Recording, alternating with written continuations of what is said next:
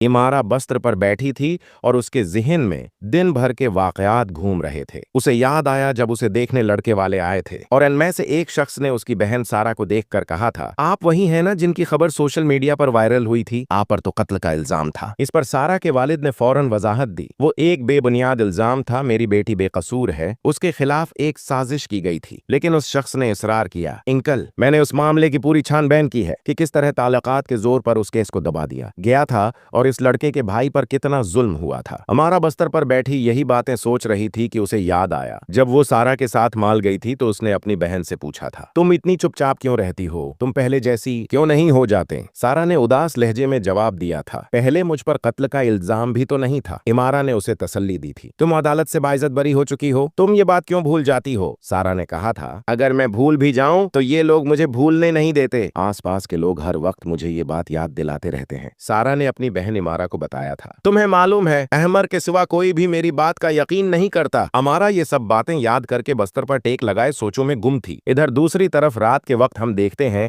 कि अहमर और सारा बाहर खाना खाने जाते हैं। अहमर कुछ परेशान नजर आ रहा था। उसने सारा की तरफ देखा। सारा खामोशी से अहमर को देख रही थी। अहमर ने सारा से पूछा, क्या तुम सुबह वाली बात से परेशान हो? उसने नफी में सर हिलाया। फिर सारा ने अहमर से पूछा, क्या तुम इस बात से परेशान हो? अहमर ने जवाब दिया, नहीं मैं नहीं हूँ। उसके बाद उसने सारा से कहा, चलो ठीक है हम खाना ऑर्डर करते हैं। सारा ने रजामंदी जाहिर की, ठीक है कर लो। अहमर ने वेटर को बुलाया और मेन्यू लेकर खाना ऑर्डर किया। जब अदायगी का वक्त आया तो उसने वेटर को अपना कार्ड दिया। वेटर ने माजरत की, सॉरी सर, यहाँ कार्ड से अदायगी नहीं हो सकती, सिर्फ नकद चलेगा। वेटर ने मजीद बताया, साथ ही एटीएम मशीन है, आप वहाँ से कैश निकलवा सकते हैं। अहमर ने शुक्रिया अदा किया और सारा से कहा, ठीक है मैं कैश निकलवा कर आता हूँ। वो वहाँ से चला गया। जबकि सारा उसे जाते हुए देख रही थी, साइम भी वहीं मौजूद था और उसने अहमर को जाते हुए देखा। अहमर के जाने के बाद साइम अपने दोस्त के पास आकर बैठ गया। सारा भी उसके सामने वाली मेज पर बैठी थी। तभी वहाँ एक लड़की की सालगिरह मनाई जाने लगी। उन्हें देखकर सारा उनके पास गई। जब वो उनके करीब पहुंची तो साइम ने भी सारा को देख लिया। मजीद इस तरह के अच्छे अच्छे ड्रामा रिव्यूज देखने के लिए हमारे चैनल को सब्सक्राइब करें।